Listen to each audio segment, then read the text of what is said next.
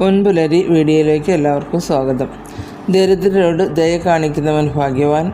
കഷ്ടതയുടെ നാളുകളിൽ അവനെ കർത്താവ് രക്ഷിക്കും. കർത്താവ് അവനെ പരിപാലിക്കുകയും അവൻ്റെ ജീവൻ സംരക്ഷിക്കുകയും ചെയ്യും.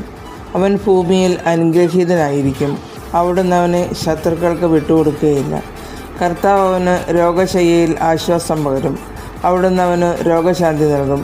ഞാൻ പറഞ്ഞു, കർത്താവേ, എന്നോട് കൃപ തോന്നണമേ, എന്നെ സുഖപ്പെടുത്തണമേ. ഞാൻ അങ്ങേക്കെതിരായി പാപം ചെയ്തു പോയി. എൻ്റെ ശത്രുക്കൾ എന്നെക്കുറിച്ച് ദുഷ്ടതയോടെ പറയുന്നു.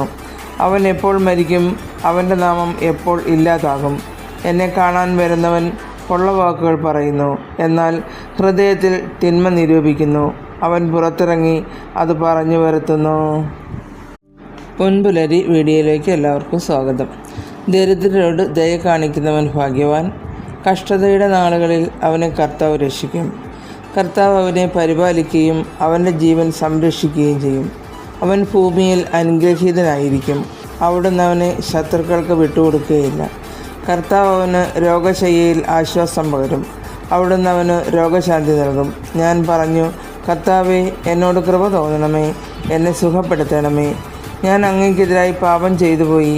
എൻ്റെ ശത്രുക്കൾ എന്നെക്കുറിച്ച് ദുഷ്ടതയോടെ പറയുന്നു. അവൻ എപ്പോൾ മരിക്കും?